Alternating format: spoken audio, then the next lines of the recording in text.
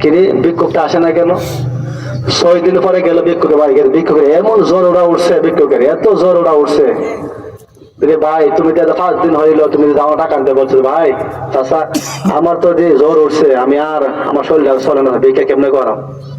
কিন্তু আমাদের সমাজে অনেক মানুষ আছে ভিক্ষুককে হালিয়াতে ফিরে যায়, আছে নিয়ম সমাজের মধ্যে অনেক টাকাওয়ালা আছে, এগুলা করেন না। দান করলে অনেক সব, আল্লাহ তাআলা নিজেই বলছেন الذين ينفقون في السراء والضراء والكاظمين الغيظ والعافين عن الناس والله يحب المحسنين الله أكبر ينفقون في السراء মুমিনদের গুণ আল্লাহ তাআলা এখানে বলছেন। 1 নম্বর মুমিনের গুণ হলো ইনফিকুনা ফিস সাররা, যারা সচ্ছল অবস্থায় দান করে বেশি বেশি। ওয়াদ-দাররা, গরীব, টাকা পয়সা নাই, কিচ্ছু নাই, তারপরও সে দান করে। জোরে কন্না সুবহানাল্লাহ। দেখেন অনেক টাকাওয়ালা কিন্তু দান করে তার মনে চায় না, এটা তার কপাল খারাপ, তার কপালটা মন্দ। আরে ভাই টাকা আল্লাহ আপনাকে দিয়েছে, আল্লাহ আপনাকে আরো দিবে, তুমি দান করো, আল্লাহ তোমাকে দিবে। সুবহানাল্লাহ। তুমি আটকে রাখবা, আল্লাহ আটকে রাখবে। মুমিনদের গুণ এখানে বলছে, যারা সচ্ছল অবস্থা দান করে, মসজিদ মাদ্রাসা এতিমদেরকে দান করে, অসচ্ছল অবস্থায় টাকা পয়সা না, গরিব মানুষ সেও দান করে। তো এই লোকটা বলে যে ভাই কেমনে যাবো, আমার যে জোর উঠছে রে ভাই, আমি যেতে পারি না, ভিক্ষা করতে পারতেছি না। বলছে ভাই তোমার হাতে ধরে বলতেছি, আমি যখন মারা যাব, আমার দুনিয়ার কেউ নাই, তুমি আমার গোসল করাইবা, জানাজা পড়াইয়া হুজুর দিয়া তুমি নিজে আমার কবরের মধ্যে নিয়ে রাখবা। তো দেখা গেলে কি এমন অবস্থা হইলো যে এই ভিক্ষুকটা মারা গেছে, ওসিয়ত অনুযায়ী এই লোকটা তারা গোসল করাইলো, হুজুর জানাজা পড়াইয়া আসে, নিজে নামছে কবরের মধ্যে, নাই মাথা দাফন করে দিয়ে আসছে। এখন বাইরে আইসা দেখে এই লোক একটা দামি কাগজ কবরের মধ্যে পড়ে গেছে। এখন মাসআলা হলো, উলামায়ে কেরাম বলেন, যদি কোনো দামি কাগজ কবরের মধ্যে পড়ে থাকে, কাগজটা আনতে পারবে কি পারবে না? কি করে পারবো না আনতে? বুঝলে পারবো না আনতে, পারবো না কাগজটা। তাহলে মাসালা হলো, যদি দামি কোনো কাগজ হয়, কাগজটা দামি, তাহলে সে আনতে পারবে। যদি কন্যা সুবহানাল্লাহ। তখন এই লোক বাইরে দেখা দিয়ে কাগজটা করে, ওই সরকারি কর্মকর্তা ছিলেন, কাগজ নাই, আরে কাগজ কবর করে গেছে। বলছে হুজুর, হুজুর আমার একটা ছোট একটা কাগজ ছিল হুজুর, ফকির যে মারা গেছে, আমি তো হুজুর কবর নামছিলাম, কাগজটা পড়ে গেছে, কাগজটা আমার দরকার, আনতে হইব।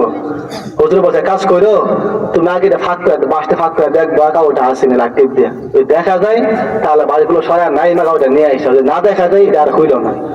তখন এই লোক এই কাগজের চিন্তা করে গেছে, গিয়া বাসটা একটু হরাইছে, হরাইছে এই কাগজটা টানতে আনছে। আনার সময় বাস আছে না, কারা না লাগে, হাতটা কেটে গেছে। এই যে হাত কাটা কাটছে, এই লোকটা লক্ষ লক্ষ টাকা খরচ করতেছেন, হাত আর ভালো হয়। সুবহানাল্লাহ। এখানে কি রে, এই লোক তো কোনো বুঝে নাকি ব্যাপার কি রে, একটু পানি কাটলো হাতে গা হয়ে গেছে। এক পানি কারা, ওই যে মোটারা যে বাস দিয়ে শোয়া না, বাসগুলো দাঁড় থাকে না, ওরা আনার সময় হাতটা লাইকে কেটে গেছে। লক্ষ লক্ষ টাকা সে খরচা করছে, তার হাত আর গা ভালো হচ্ছে না। কিরে ব্যাপারে কি, কত ডাক্তার সে দেখাইলো, শেষ পর্যন্ত ডাক্তাররা বললো ভাই রে, তোমরা তো যে এনডিএ বুড়ে আমরা খাওয়াইছি, ভালো তো হওয়ার কথা, এনডি শুনছি ভালো তো হওয়ার কথা, ভালো হয় না কেন বুঝতেছি না। এক কাজ করো, তুমি আলেমদের কাছে যাও, আলেমদেরকে গিয়ে জিগাও যে তোমার রহস্যের এই সমস্যাটা কিটা। তোরা কন্যা সুবহানাল্লাহ। আশরাফ আলী থানভীর কাছে লোকটা চলে গেছে, ওই তো বড় আলেম ছিলেন। বলছে হুজুর দেখেন না আমার হাতটা, হুজুর আমি ওই কবর মধ্যে নাম, এই কবরটার কাগজ ধরেছিলাম, কবরের বাঁশ দিয়ে একটু কেটে গেছে হাতটা হুজুর। এত টাকা খরচা, এত ব্যথা করা করো হুজুর, মানুষের হাত কাটতে পারবে, এত ব্যথা করে না হুজুর, এত ব্যথা লাগে হাতের মধ্যে, গায়েও শুকাই না, এত বড়ি খাইলাম, লক্ষ লক্ষ টাকা আমি খরচ করছি হুজুর। এখন দেখেন না ডাক্তাররা বলছে আমাদের চিকিৎসা নাই, এখন তুমি অন্য কোনো পন্থা দেবে হুজুর, আমি আপনার কাছে আসছি, এখন বলেন না আমার হাতে কি সমস্যাটা। ভাইয়ারা আবার আশরাফ আলী থানভী রাহমাতুল্লাহ আলাইহি কথাগুলো সই না, উনি চোখের পানি ফেলা গুনগুনে কান্না করে ডাক দিয়ে বলে, চাচা কত টাকা তুমি খরচা করলা?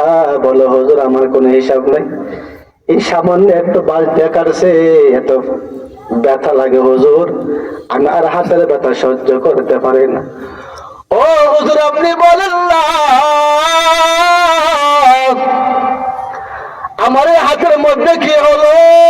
লক্ষ লক্ষ টাকা খরচা করলাম, 1 টাকাও আমার কাছে নাই, আমি কি করবো? এত টাকা খরচ করার পরে আমার হাতের গায়ে শুকায় না হুজুর, রহস্যটা আমি কোনো বুঝলাম না, হাতের মধ্যে কেন এত ঘা? আল্লাহর পয়গম্বর বলেন, এরে কান্নার এত দাম, কান্নার এত দাম। قال النبي صلى الله عليه وعلى آله وسلم من بكى من خشية الله حرم الله عليه النار। আল্লাহর পয়গম্বর বলেন, ও মুরব্বি আব্বা জান, চোখ দিয়ে কেন পানি আসে না? ও ফাদার আম্মাদার শুনেন না, কান্না করেননি গো মা, চোখের পানি ফেলে কান্না কইর, বলবো মালিক কবরের মধ্যে কেবল করে ঘুমাইব, আবাদুল আবাদ কবর, কবরের মধ্যে কোনো বন্ধু বান্ধব থাকবে না, আদরের সন্তান যাবে না গো আম্মা জান, ও বিনন্দপুরের আম্মু জান, কেন চোখ দিয়ে পানি আসে না গো মা? ও মা, তোমার মতো কত মা কবরের মধ্যে পড়ে আছে গো মা, তোমার কেন কান্না করতে মনে চাই না, নামাজ কেন পড়তে মনে চাই না গো আম্মা জান?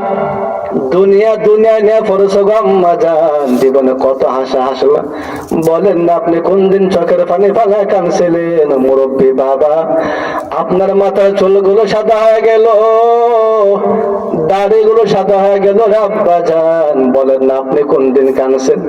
না না, আপনার চোখ দিয়ে পানি আসে না, কাগজ কলম দিয়ে লিখেন, যেহেতু আপনার চোখ দিয়ে পানি আসে না, গুনাহ বেশি করে ফেলাইছেন, অন্তরটা শক্ত হয়ে গেছে, কথা বলেন ঠিক না বেঠি? এ কান্নারে তো দাম।